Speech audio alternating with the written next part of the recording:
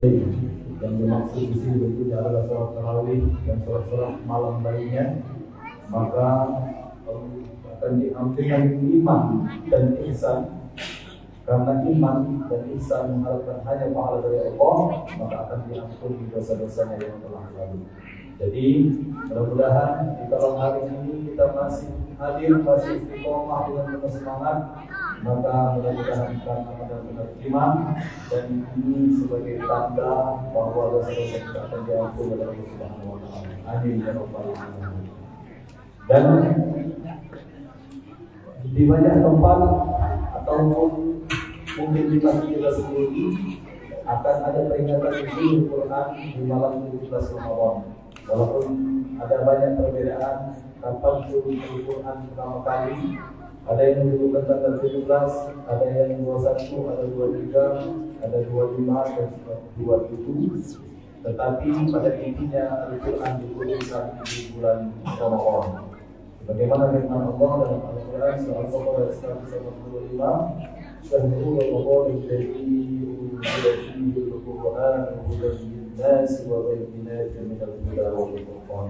Bulan Ramadan adalah bulan diturunkan Al-Quran sebagai petunjuk, penjelas dari petunjuk itu dari perbedaan. Dan yang perlu kita pahami pada intinya adalah begitu sayangnya Allah kepada kita sehingga disempurnakan melalui kitab Al-Quran sebagai petunjuk yang pada awalnya atau sebelum diturunkan Al-Quran itu Allah telah mengutus seorang Rasul untuk menjadi contoh atau tauladan dalam kehidupan, yaitu pada diri Rasulullah Muhammad Sallallahu Alaihi Wasallam.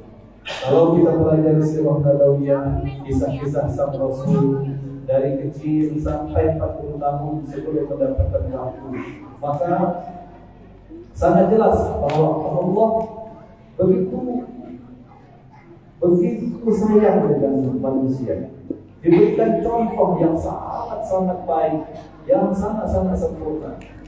Kenapa Rasulullah memberikan ujian dengan lahir dari seorang ibu yang dia lahir dalam keadaan yatim, kemudian pada usia 6 tahun meninggallah ayahnya, ibundanya, kemudian ibu kakek meninggal pula pada usia 8 tahun kakeknya, ibu paman dan seterusnya.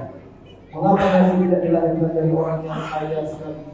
Tidak dilahirkan dari seorang raja, ataupun kenapa tidak diutus seorang malaikat? Ini menandakan bahwa Allah Subhanahu wa taala ingin memberikan contoh kepada manusia agar bisa dicontoh. Setiap orang dia bisa mencontoh.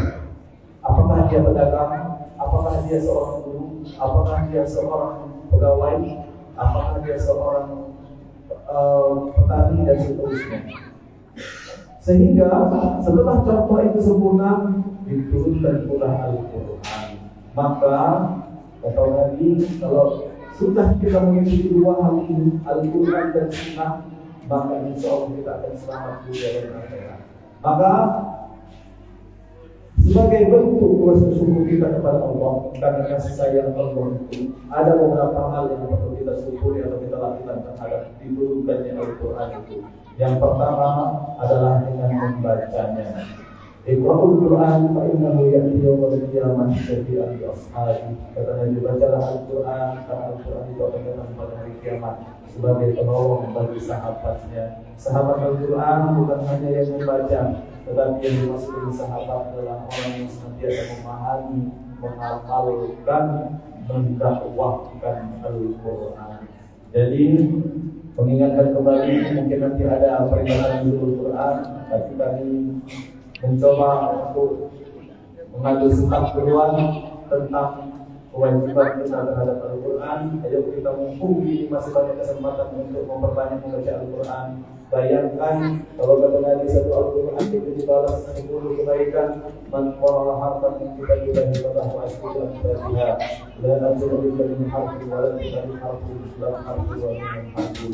Aku tidak. Barang siapa yang membaca 10 dari Al-Quran, aku baginya 10 baik, 10 kebaikan. Dan aku tidak mengatakan alif lam mim satu huruf, tapi alif satu huruf, lam satu huruf, mim satu huruf.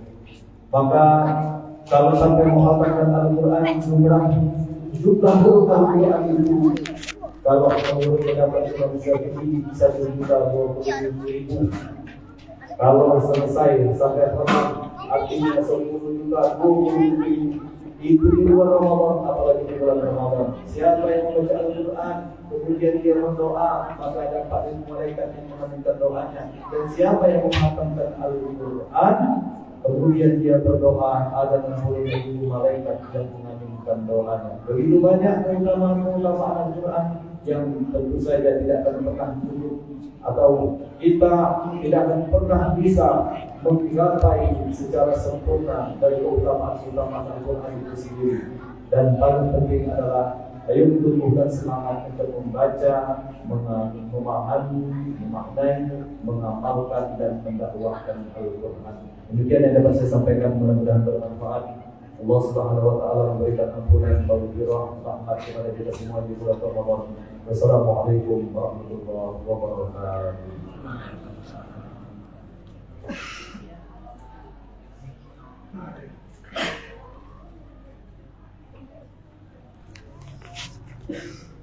La ilaha illallah